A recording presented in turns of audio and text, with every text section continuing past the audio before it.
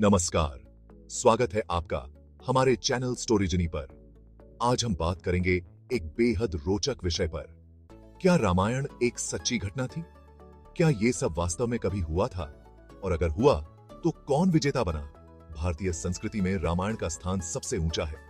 यह सिर्फ एक कहानी नहीं है, बल्कि करोड़ों लोगों की आस्था और जीने का तरीका है। हजारों सालों से रामायण हर पीढ़ी को प्रेरणा दे रही है। इसके अच्छे चरित्र और सीख आज भी उतनी ही जरूरी है जितनी पहले हुआ करती थी। रामायण सिर्फ एक कहानी नहीं है, बल्कि भारतीय संस्कारों का आईना है। यह हमें अच्छे संस्कार, प्यार, त्याग और अपना कर्तव्य निभाने जैसे गुणों की अहमियत समझाती है। रामायण का प्रभाव सिर्फ भारत तक ही नहीं है, बल्कि यह पूरा दक्षिण पूर्व एशिया मानता है। रामायण को पढ़कर हम अपने इतिहास को समझते हैं और भविष्य के लिए सीखते हैं। यह हमें सिखाता है कि बुराई पर अच्छाई की जीत होती है और धर्म की हमेशा जीत होती है। रामायण का संदेश दुनिया के हर कोने के लिए है और हमेशा के लिए है। आइए इस निबंध में हम रामायण के इतिहास और उसके महत्व को जानने की कोशिश करते हैं। इतिहास में राम कथा, क्या सचमुच में ऐसा हुआ था? रामायण में जो कुछ भी हुआ है उसे जानने की इच्छा सबको होती है। क्या यह बस एक कहानी है या फिर इसमें कोई सच्ची घटना भी छुपी है? यह एक ऐसा सवाल है जो बहुत सालों से इतिहास के जानकार और खुदाई करने वालों को उलझा रहा है।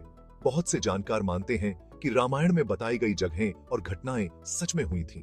उनका कहना है कि रामायण में बताए गए स्थान, रहन सहन और रीति रिवाज उस समय के भारत की तस्वीर दिखाते हैं। रामायण के समय की बहुत सी जगहें आज भी मिल सकती हैं। अयोध्या, रामेश्वरम और श्रीलंका जैसी जगहें यह बताती हैं कि रामायण में सच्चाई हो सकती है। क्या रामायण सचमुच में घटी थी? यह एक ऐसा सवाल है जिसका पक्का जवाब देना मुश्किल है। हालांकि जो भी सबूत और निशानियां मिलते हैं वे हमें इस बारे में सोचने पर मजबूर करते हैं। राम सेतु से अशोक वाटिका तक क्या कहते हैं सबूत? रामायण के समय की बहुत सी जगहों और चीजों के बारे में पता चलता है। राम सेतु, जिसे एडम्स ब्रिज भी कहते हैं, भारत और श्रीलंका के बीच में एक पतला रास्ता है। कहते हैं कि भगवान राम ने अपनी सेना के साथ लंका जाने के लिए इस पुल को बनवाया था। इसी तरह श्रीलंका में एक जगह है जिसे अशोक वाटिका कहते हैं, उसके बारे में भी रामायण में बताया गया है। पुरानी लिखावटों और किताबों में भी रामायण के समय के राजाओं और घटनाओं का जिक्र मिलता है। ये सभी सबूत बताते हैं कि रामायण में सच्चाई हो सकती है। कुछ लोग इन्हें रामायण के सच होने का सबूत मानते हैं, तो कुछ इसे महज इत्तेफाक मानते हैं। जानकारों में मतभेद हैं। कुछ लोग रामायण को पूरी तरह से मनगढ़ंत कहानी मानते हैं, तो कुछ इसे इतिहास पर आधारित मानते हैं। कुछ जानकारों का मानना है कि रामायण में बताई गई घटनाएं भले ही मनगढ़ंत हो, लेकिन इसके पीछे कोई न कोई सच्ची घटना जरूर रही होगी। रामायण को किसने लिखा, इसको लेकर भी मतभेद हैं। कुछ जानकार मानते हैं कि महर्षि वाल्मीकि ने रामायण लिखी थी, तो कुछ इसे बाद में लिखी गई रचना मानते हैं।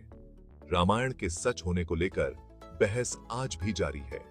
हालांकि यह कहना सही होगा कि रामायण का हमारे संस्कृति और धर्म में बहुत महत्व है, फिर चाहे यह इतिहास पर आधारित हो या फिर कल्पना पर। नमस्कार।